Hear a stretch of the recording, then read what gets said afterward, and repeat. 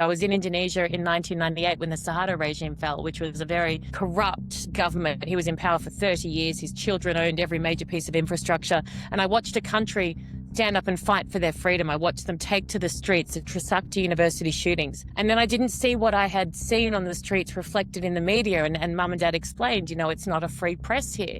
And I think that really gave me an appreciation of, yes, the media can be scummy, and we've seen examples of that daily, particularly since October 7. But those who are noble and good and decent and who fight for truth and who do their job the way they should do their job, there's almost nothing more important when it comes to helping a democracy thrive and run. And I think this obsession grew in me about telling stories and telling the truth and communicating with people. And so that's kind of where the love came from. But I fell into sport for the first 15 years or so as a sports host, as a sports anchor. When I was hosting rugby league and sport and tennis, the passion that I had was never the game itself or the score or the outcome. It was showing the human side to athletes. I found that this was the most impactful way to have people connect. So I wanted people to watch sport who weren't, those hard-ass, really obsessed kind of, people that that love it, live it, breathe it. And the way that I was able to broaden the audience was to show the human side. And I look at then moving into this space and political commentary, my obsession is people and humans. And I think that's, with October 7 particularly, one thing I never wanted to occur was for people not to understand that 3 kids died in a room, that 2 babies were taken, that these are not just numbers, that these are people. And the way that I managed to connect with people was telling, I might once or twice on a show, I would show a face, I would have a mother, I would talk about a son, I would humanize people. And that was how I was able to connect and make people feel. I was in Canada maybe 2 months ago, and I met the mum of Alex, who was killed at the Nova Festival, this incredible young man who stood outside a shelter and fought off Hamas until the very end, gave his life. There's video of him from their cameras standing outside trying to save. He saved, 7 lives inside. And she made the point to me. She said, everyone knows the names of the hostages, and so they should, and that matters greatly. She said, but almost no one knows the names of the 1,000 that were killed at and it really impacted me, because there was no jealousy there was nothing like that in what she was saying, but she made such a valid point that every single life lost is an entire universe and world to the people around them. And there's this, that I talk about my dad all the time, and I think one of the reasons is, he was my favorite person in the world, but someone told me years ago, you die twice in this world. It's when you take your final breath, and the second time when people stop saying your name. And I'm very blessed in that my dad was a public figure, so people come up to me every day, and I get emotional because it's such a privilege to feel so much pain at his loss, and I feel the same amount of pain today as I felt 2 years ago when he died. It's such a privilege to hurt so much because he was so amazing, but I get the chance to talk about him all the time, and I do. And I look at other people who might not have had a profile, who might have lost a son or lost a beautiful daughter, and the world isn't saying their name. And that is a tragedy as well to me, because I think the one thing that when you lose someone you love, you want people to remember them, you want people to know how special they were.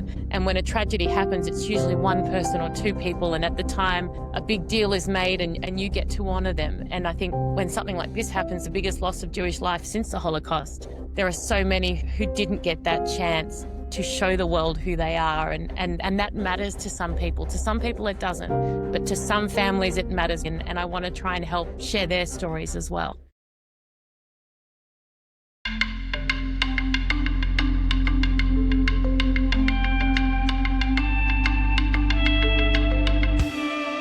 Welcome to another episode of the J100, brought to you by the Allgemeiner.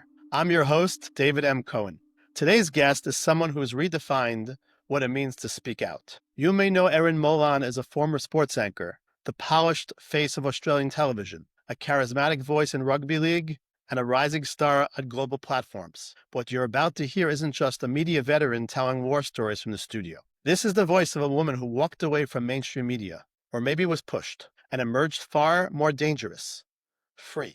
In this conversation, Erin opens up about her evolution, from being raised in the world's largest Muslim country during the fall of Suharto to becoming a powerful advocate for truth in the wake of October 7th. She's not Jewish. She'd never even been to Israel. And yet, when terror struck, her conscience didn't hesitate. She flew in, stood up, and spoke out. Not because of tribal allegiance, but because, in her words, even a quarter of her brain should know which side to choose. This episode is about what happens when a journalist stops trying to please the room and starts trying to save the world. We talk about the human cost of propaganda, the moral confusion of our media ecosystem, and the price you pay in threats, isolation, and danger for telling the truth out loud. Erin doesn't just challenge the dominant narrative. She obliterates it, not with rage, but with reason, not with partisanship, but with piercing clarity. This conversation isn't comfortable. It's not clean, but it is essential. So if you're looking for something safe, soft, and neatly packaged, skip this one.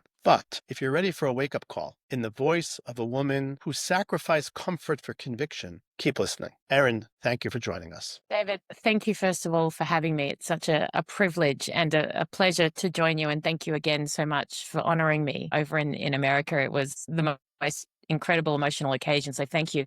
Was your first trip to Israel after October 7th, or you had been there? It was. No, trip. Wow. And I don't think I even had a close Jewish friend prior. I'd never been to Israel. I didn't, in terms of my existence, it wasn't that I had a good friend or my sister had married a Jew, or, there was absolutely zero that would have led me to lean towards Israel. It was just purely, I'm a human being. I have half a brain, even a quarter of a brain should do it. And I watched the atrocities that occurred on that day. And it wasn't even a decision. It was just the most obvious thing. Horrific, murderous terrorists have just slaughtered 1,200 people and taken hostages. Gee, which side will I align myself with?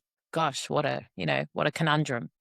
I got chills from hearing you say that, because I just assumed, again, we don't know each other so well yet. I just assumed you had been to Israel previously, or you at least were connected to the Jewish community. I mean, it's almost astounding to hear that somebody's conscience moved so powerfully, and that you flew to Israel and you basically joined arms. I mean, that's incredible. Absolutely. Can I tell you, I challenge myself constantly. I listen to other perspectives. I'm constantly absorbing information that I don't particularly find intelligent or useful or I agree with, because I want to make sure I'm not in an echo chamber. And at the end of every night, and it's been every night since October 7, regardless of what has appeared in the media, what I've been told, what I've read, what I've seen, what I've heard, I shut my eyes knowing that I am without any element of doubt on the right side of history, that I am on the side of good against evil, on the side of right against wrong. And that doesn't mean perfection, but my gosh, my belief in this fight and my belief in the legitimacy, not even Israel's right to defend itself, that's utterly ridiculous. Israel, their people demand that they be protected. That is the job of Israel, but the first job of any government, any country, any nation is to protect its people. And I will stand in their corner for eternity, defending their right to do that. Thank you so much for that. Are people just obtuse? Are people just ignorant? Are people anti-Semitic? I mean, from your perspective, you're exposed to a broader swath of society than I am, presumably. What's your perspective? What are people missing? What don't they understand that people like yourself and Allgemeiner and so many others and Douglas Murray have to fight so hard to communicate this message? It seems so obvious to us, and yet it seems so foreign to others. What, from your unique vantage point, what is that stops people from understanding the difference between good and evil, right and wrong? It's a great question. I had an encounter yesterday on an airplane, which I'll tell you about in a second. But my experience thus far, I look at these categories of people when it comes to this space. There are malicious, anti-Semitic pieces of shit, essentially, and you can beep that word out. Sorry if I'm not allowed to swear. Who will never change, who you don't want. Write them off. They're not worth fighting for. They're not your people. Then you have a group of useful idiots, essentially, who might look at things, or who are desperate to cling on to some leftist ideology, which doesn't make any sense, even, because how is it left to rape women and to slaughter children? But people who will look at this and think, oh, colonialism, and not understand for a second what the real situation is, who will attach themselves to this because they think it's cool and they want to be part of something, and they want to hate all the things they think Israel represents, and they're completely wrong on all fronts.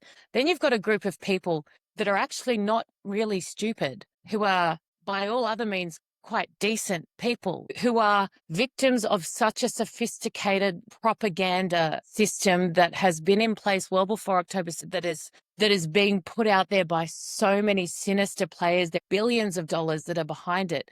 And I sat next to someone on a plane yesterday, a guy who started a bank, a very well-known person who's got a Jewish family member who'd married into his family. And he was saying to me, what I don't like about what Israel's doing is just the revenge thing. I don't want anyone to be hurt, but the revenge thing. And I was almost horrified. I was blown away. I kind of stopped. I said, I hope I'm not out of place here, but revenge. I said, do you mind if I just give you my perspective quickly? And he said, oh yeah, yes, of course. Yes, of course. And I don't think he was overly familiar. He knew who I was from a sports hosting background, but not overly familiar with kind of, my work in this space. And I said, you understand that what Israel is doing now in Gaza has absolutely nothing to do with revenge, don't you? Like I said, it's not like the threat has completely ceased to exist and all their people are home. If they were then going in to bomb and to punish, you could say absolutely. And I said, I'd still probably understand why, because of what has occurred to them.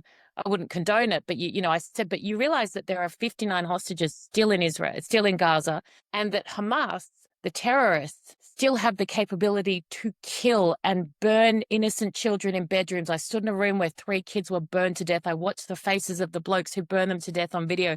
You realize that after the first ceasefire that the US brokered, the first thing Hamas did was go on television and say, we will repeat October 7 at the first possible opportunity over and over and over again. I said, and you realize they're still launching rockets into Israel from Gaza. Like, do you understand? It's not revenge. There is not one spiteful, revengeful element of this. They're trying to get their people home and they're trying to stop another mass murder. And I said, and by the way, my fight is as much for those children in Gaza you just brought up as it is for children in Israel, children in Australia, children in America. I said, it is Hamas. They are born into a death sentence. The existence of Hamas is an automatic death sentence for every child born into Gaza. And I said, the only people now trying to save them is Israel. The IDF soldiers are saving children in Gaza, the more Hamas they eradicate. And anyway, at the end of the flight, he kind of said, you've actually changed my whole position on this. He said, oh, my wife is really like into kind of, caring and open book. And I said, so am I. I said, so are the people in Israel. They and it's just, to me, that actually terrifies me more than anything else, because as I said, a decent person, very, very smart, very, very successful, yet his whole perspective had been shaped by complete falsehoods. And then it makes me think, well, gosh, if he can fall victim and prey to that, someone who's as impressive as he is, I can't have one-on-one conversations with every single person. So, I think they fall into a lot of categories. Some are a complete write-off. Some are just useful idiots who they're the same people who were at climate change protests, who were at animal rights protests, who were doing the pro-Palestinian, pro-Hamas protests. But then you've got a big group of people. The other example I used, I was in the car the other day and ABC radio here. The headline was day 500 and something of Israel's illegal invasion of Gaza. And I'm sitting in the car and, my hands tighten on the steering wheel. But in my mind, and 20 years in the media, I always think of my audience, and I think of a 45-year-old single mum in Western Sydney, 4 kids, cost of living crisis. She's exhausted. Her husband's an asshole. She's not going home to read articles about this conflict. It's far away. It doesn't bother her. She hears that. She goes, oh, God, those poor kids in Gaza and Israel illegally. God, they're awful. That shapes her perspective on it. And then she moves on with her day. She doesn't fact check. She doesn't look for other sources. She doesn't have the luxury or the privilege of doing that. So you've then got a whole group of people who are listening to mainstream media headlines and narratives, and that forms their opinion. And then they're not engaged like you are, because these are your people. You live and breathe it. I'm engaged because I care deeply. This is the danger of how mainstream media frame all of this, is that the people who are not on your side are not necessarily your enemies, or people that don't like you, or people that are anti-Semitic. They're people that are falling prey to this very, not even, I don't think it's sophisticated, by the way. I look at it and go, what a crock. But a lot of people do. What inspired you to want to be a media personality or go into media? Where did that come from? Well, I started out as a sport host. And so when I was younger, I lived in Indonesia for 7 or 8 years. So I lived in the world's largest Islamic population, the country that is home to the world's largest Islamic population, 300 million people. People in our home that helped raise me were devout Muslim women who wear hijabs. I was over visiting them end of last year, going to visit Muslim schools. So I actually grew up in a Muslim country and I speak the language fluently of the world's largest. Of course, besok pagi saya akan pergi ke toko dan mungkin sesudah itu saya akan makan. Oh, saya kurang pasti ya, tetapi saya lapar sekali. So this is the thing. I said, tomorrow I might go to the shops and buy some milk. I'm starving. What else can I get? Just aimless chit chat. But I guess, when we were over there, because we were away from family, my idea was that we would make news videos for my grandparents back home. So I was always chief anchor. My poor little brother had to do weather and he hated it passionately. My sister was a reporter, so we used to make these videos and I would wear one of mum's batik, the traditional clothing of Indonesians, jackets, and do that. And then it just, I loved it and wanting to communicate, wanting to tell stories. I was in Indonesia in 1998 when the Suharto regime fell, which was a very corrupt government. He was in power for 30 years. His children owned every major piece of infrastructure. And I watched a country stand up and fight for their freedom. I watched them take to the streets at Trisakti University shootings. And then I didn't see what I had seen on the streets reflected in the media. And mum and dad explained, it's not a free press here. And I think that really gave me an appreciation of, yes, the media can be scummy. And we've seen examples of that daily, particularly since October 7. But those who are noble and good and decent and who fight for truth and who do their job the way they should do their job, there's almost nothing more important when it comes to helping a democracy thrive and run. And I think this obsession grew in me about telling stories and telling the truth and communicating with people. And so that's kind of where the love came from. But I fell into sport for the first 15 years or so as a sports host, as a sports anchor. And then about 3 years ago, I'd always loved this space. So my dad was a major general in the army. He was then an Australian senator, ran the war in Iraq for a year, the first Australian general to hold a position like that in charge of US coalition forces. He was a superb individual. And the funny thing is, he and I would spend all our time talking about national security, foreign affairs, politics, everything. And so it was always my passion, but I wasn't in a professional capacity able to communicate it. And then 3 years ago, I was poached by the Sky News Australia and then was able to do all of this. But what I found out afterwards, funnily enough, which I didn't quite realize at the time because I was very much into rugby league and tennis and hosting sports, so I wasn't as engaged as I am now.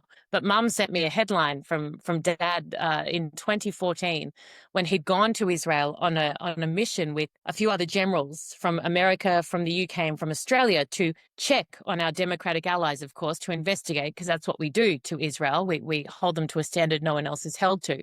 And this was after dad had run the war in Iraq for the US forces. He was chief of operations for 1 year in that conflict. And the quote and headline, mum sent me a screenshot of it out of an article after dad had, interviewed BB and generals and investigated the conflict of the year before. His quote was, "They put us to shame in how they conduct war." He then went on to talk about the minimization of civilian casualties that is not done anywhere else. It was not done in Iraq when he was in charge there. There's lots of things I think that have come together that have shown me that I'm in exactly the right place, that I am. And somehow we lost dad 2 years ago, somehow helping to fulfill his legacy and hopefully making him proud in some way. But my world has changed significantly in the last 6 months or so, but in the most incredible way.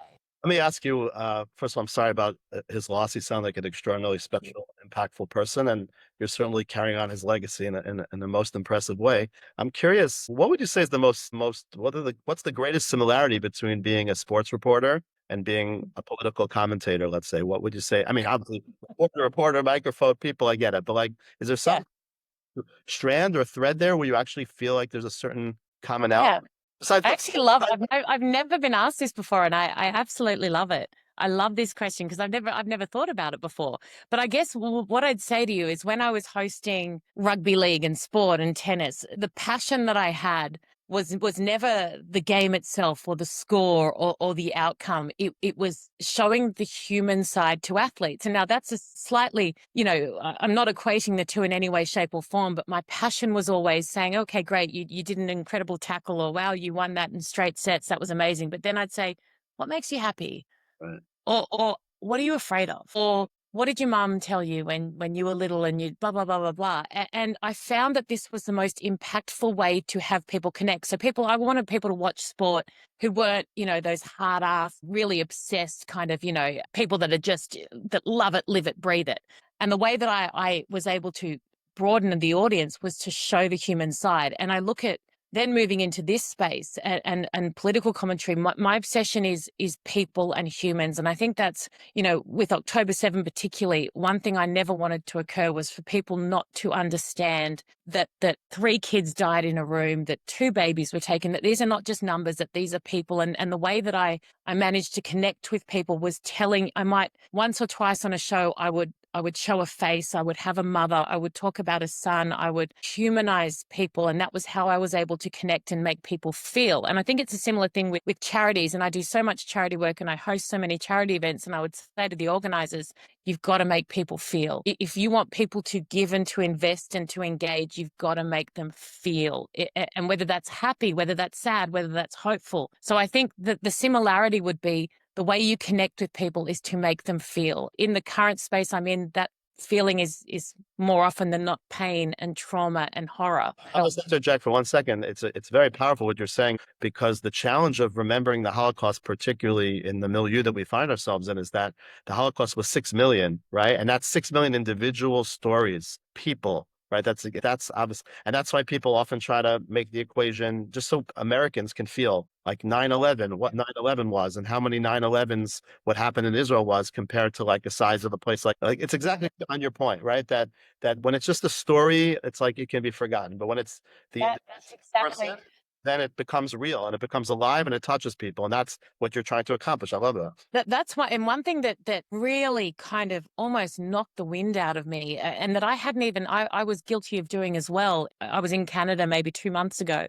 and I met the mum of Alex, who was killed at the Nova Festival, this incredible young man who stood outside a shelter and fought off Hamas until the very end, gave his life. There's video of him from their cameras standing outside trying to save. He saved, 7 lives inside. And she made the point to me. She said, everyone knows the names of the hostages, and so they should, and that matters greatly, she said, but almost no one knows the names of the 1,000 that were killed at no, and it really impacted me, because there was no jealousy or there was nothing like that in what she was saying, but she made such a valid point that every single life lost is an entire universe and world to the people around them. And there's this that I talk about my dad all the time, and I think one of the reasons is he was my favorite person in the world. But someone told me years ago, you die twice in this world. That's when you take your final breath, and the second time when people stop saying your name. And I'm very blessed in that my dad was a public figure, so people come up to me every day, and I get emotional because it's such a privilege to feel so much pain at his loss, and I feel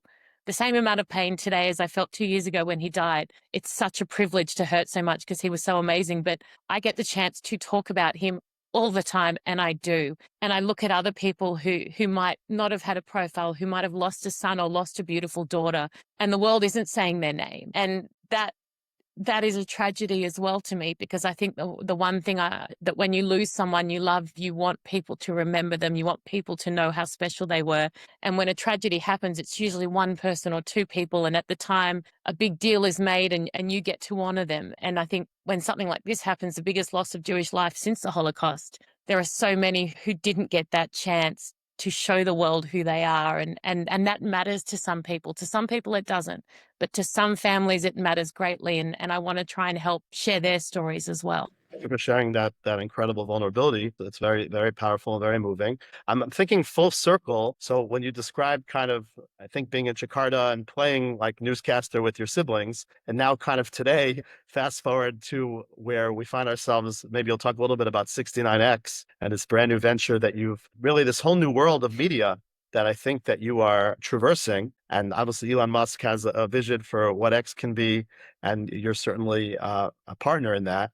And I'd love to hear just your perspective so far. Tell us a little bit about this new endeavor. Maybe not everybody knows yet in terms of what you're up to right now.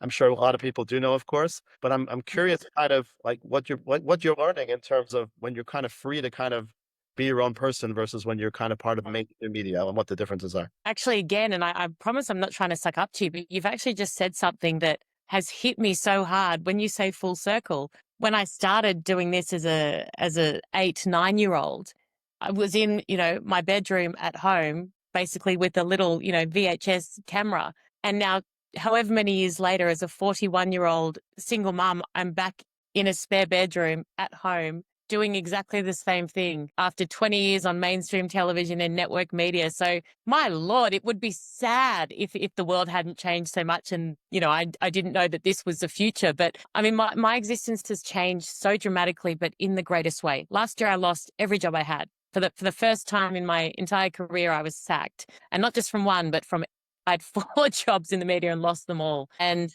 I realized I hadn't, quite understood that for 20 years I'd lived in this space of complete fear, and not just fear of losing my job because it's a very unstable world, but fear of what people would think, fear of being on the front page of the paper as a loser, fear of all the things that eventually ended up happening to me. And it was at that moment that I went, wait a minute, they were a studio, or they were this, they were that. Everything I say, everything I write, everything I do is all me. I use, I don't need them anymore. My stuff goes viral each week. Millions of people are watching. I have worth and value, even if networks don't see that anymore or don't want me. And it was the most incredible feeling after a couple of hours of sobbing and, Mummy, oh my God, I help, panicking. I then went, wait a minute, look at where the world is heading. My stuff when I was on Sky News, I won't tell you the numbers on there, but my show would often be number one. But then 99% of people would see it on X or see it on YouTube. They wouldn't be watching it on Foxtel in Australia at night. And once I started to look into this and understand that this shift was far more significant than I could ever have understood or envisaged, I went, wait a minute, this is the perfect opportunity to just do exactly what I want to do, to control it. I can now shoot. I had Boris Johnson. I interviewed him last night here while my daughter was in the other room. I can do it from anywhere around the world. And I now don't have to balance. When I was on Sky, I was doing breakfast radio, a comedy show. So you can imagine at night, I'm calling on the regime of Iran to stop murdering and feeding proxies and calling out Hamas and dealing with death threats. And in the morning, I'm trying to tell jokes and appeal to a broad audience of people who aren't, invested in politics. And it was just this constant. Now, everything I do is me, entirely me. And it's just the most incredible thing. 69X Minutes. I hate the name of the show, clearly, because it's very crass, but it is a very serious, incredible news show. Elon Musk came up with the name, and Mario Nafal and his team kind of put it together. And look, it's been incredible. We've had 9 world leaders on over the first 9 weeks. We get 15 million views an episode. And, I copped a bit of shtick when I first agreed to do the show, and people said, oh, well, Mario's hosted this person and this person and, blah, blah, blah. And I would say to them, if you want me in an echo chamber, if you want me just talking to Jewish people, then what use is that? I said, if my message changes, if I suddenly soften in my support of Israel, then come for me. Come for me hard. I said, but if I'm going to use this platform that Elon Musk often retweets, that gets 15 million views to a broad audience who may not agree with you, and I'm going to say the exact same things I've been saying for 18 months, then you should push me towards it with everything you have. This whole thing of, oh, you can't go in here or don't go in here. I will use every single platform I can to fight for what I believe in. And that is for Israel's, not only their right to exist, but their right to eliminate the terrorists, just as much for kids in Gaza as for anywhere else. So look, it's been incredible. And it's a platform that's changing the way people consume news. And it's now outrating a lot of shows on Fox. So when's Elon going to come on? I mean, still trying. I'm still waiting for him to reply to my emails, but I'm sure I'm a priority in his life at the moment. I'll tell you something. Let me tell you something very interesting. I just got back from Los Angeles, California. I spent 10 days for the holiday of Passover with my family there. Lovely. I was a speaker there, and there was another speaker there who's like a pretty renowned author, and she's been on some very big podcasts. And she shared with me something which I found fascinating, which I think you will as well.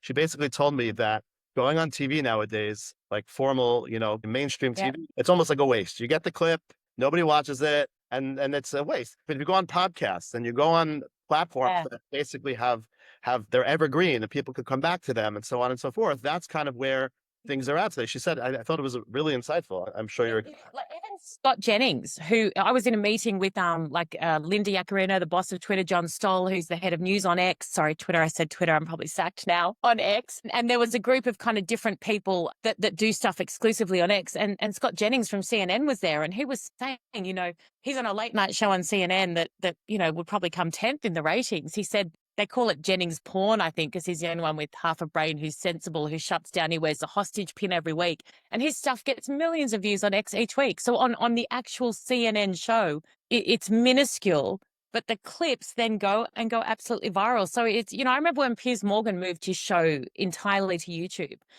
And he's a friend of mine. I've known him for many years. And I remember almost internally being a little bit dismissive of it and thinking myself, oh, how embarrassing, oh gosh, he's failed on real television. Poor guy, right? Completely.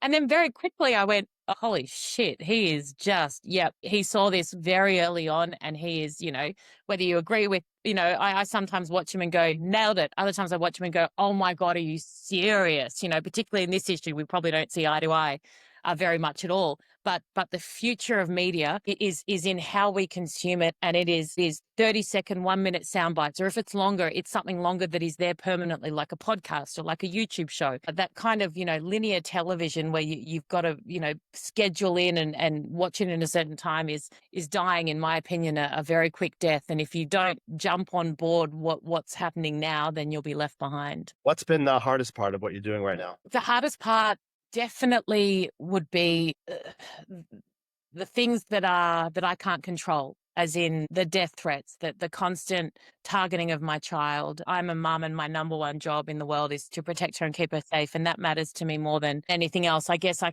have enough foresight to understand that what I am fighting for now is the greatest gift I will ever give her, and the greatest gift I will ever give her future is for a world that hopefully takes a little bit of notice of what I'm saying and what others are so bravely saying. And we preserve the things that make this world so incredible and so good. Short term, yes, it's very challenging. It's challenging as a single mum to sometimes have to give her to her father if there are legitimate threats and, things that people in fairly good positions are worried about. That is very difficult. It's difficult going places and worrying about someone doing something when I'm with her and I can't protect her. It's, some of the things I get, some of the things sent to me are very specific and quite terrifying. But again, pick your hard. My hard, I can pick hard right now, or I can pick hard in 5 years. And yes, it's hard right now, but I know that for her, the greatest gift I can give her is to continue to fight in this space and to fight even harder. The more they give me, the harder I fight back, so that one day she will live in a world that sees without any blurriness or grey good versus evil so clearly, and a world that fights to protect. We'll never rid the world of evil ever. That's not realistic. But what I hope to do is help the world in some small way get to a place where we can much more easily identify who is good and who is evil, so that all our kids can live in peace. And I include in that children born into Gaza. As we're winding down, we're going to ask this one or two final questions, but I want to just comment that I see an incredible thread in your life, whether it's, we didn't get into it today, but whether it's having jumped around to about 16 different schools, if I'm not mistaken, in your youth, and raising a child by yourself, basically a single mom, and then dealing with the trials and tribulations of, just professional trials and tribulations. And you always get up, and even if for a moment, okay, it's not easy, and you're allowed to, one is allowed to kind of, take a moment to go, Mom, what's going on? But obviously, I just want to commend you for your incredible tenacity and fortitude, because I think you see a pattern, that from your earliest years of being able to kind of fight back and excel and overcome. And that's something that I think is incredibly exemplary and a real model to us. I always ask my guests just like just like out of the box questions, like just very simply, what's one thing about you that maybe nobody would know, like something just like that somebody wouldn't guess? Oh, okay. So when I was younger, I was obsessed with gymnastics. So I would read International Gymnast Weekly, Nadia Comaneci, Olga Korbat. I would watch VHS videos of gymnastics. I was a gymnastics coach. It was my first ever job. And my dream in life was to be a professional gymnastics coach and to have a farm full of horses. That clearly did not eventuate. Now I can't even touch my knees, let alone my feet. So that skill has left me, but people probably wouldn't know that about me. I'm also very tall, so I don't look particularly gymnast-like, but that's probably something people wouldn't know. And the other thing they might know, I love a champagne. I'm Australian, but yeah, love a champagne. Okay, that's great. And final Final question for tonight, for today, depending on where we are, Australia or New York. Yes. What's your favorite Hebrew word? Oh, okay. Now I don't know many. In fact, hardly any. But is this right? I might even get it wrong. Mensch. Yeah, you used it before. I think you used it before even in this conversation. No, I wouldn't have. I probably just slurred my word. Aaron, that's so perfect for this because we're the Allgemeiner. I'm just going to explain something. Yeah. There is a Yiddish word that we were founded 52 years ago, our media outlet. Yiddish Yeah. word, we used to be a Yiddish newspaper. Today we're an English media outlet. Allgemeiner means universal. So I think it's incredible that you're talking on the Allgemeiner podcast and you picked a Yiddish word, which is of course very close. That's not So mensch is a Yiddish word which means like a like yeah, outline, like like an honest, upright, shade, like yes. excellent People have said person. that to me before, so I'm so glad then because as I said, I have almost close to zero experience interacting with your people. I asked, I think one of the first events I did, I was asking someone who was bald how he attached his kipper. My appetite to learn is voracious, so I love that. So yeah, so that's Yiddish, mensch. Yeah. So okay. So Hebrew word. I'll give you one Hebrew one, which is a Give good. me one. This is the easy one. Like I think Bill Clinton actually used it when Yitzhak Rabin was murdered, frankly, by an Israeli Yeah. in 1995. I'm not mistaken. So he came to give a eulogy at the funeral, and he said "Shalom Chaver." It was very well known in the media at the time. He said basically "Farewell, my friend." So what's beautiful about the word Shalom in Yeah. Hebrew is Shalom can mean hello. It can mean goodbye. It's kind of like it means peace, but the word Shalom Shabbat. it's peace. So it's like peace upon you, basically. Hello. So you say like shalom. So it's a great word. Just the word shalom. Shalom. Good word to know. You can use it like basically, or if you're coming, if you're meeting somebody, say shalom. And if you're leaving, you say shalom. But you say, I hope there's going to be shalom in the world and shalom in Israel. So I just Oh, gave you what a like great word. five different usages. Okay, go ask me again. Ask me the question again. Okay, Erin, tell me what's your favorite Hebrew word? You would not believe it. Shalom. It's great. It's a great way to end the discussion. Also, wishing me Thank you. Anyway, Erin, I want to wish you continued incredible success in all the work that you're doing, the advocacy for our people, but frankly, for all people of the world, because we all know that, they come for the Jews first, then they come for everybody else afterwards. It's not that far away. Friends with People Israel. who are smart Mm. understand kind of what the big picture here is. Western society, Western values are under attack, just like, we're just the front line. So I appreciate all that you've done. It was so grateful that you participated in our event, and I look forward to deepening our connection and continuing our conversations in the future. I can't wait. Thank you so much for having me on. And it's such a privilege to stand with your people. And I mean that very sincerely.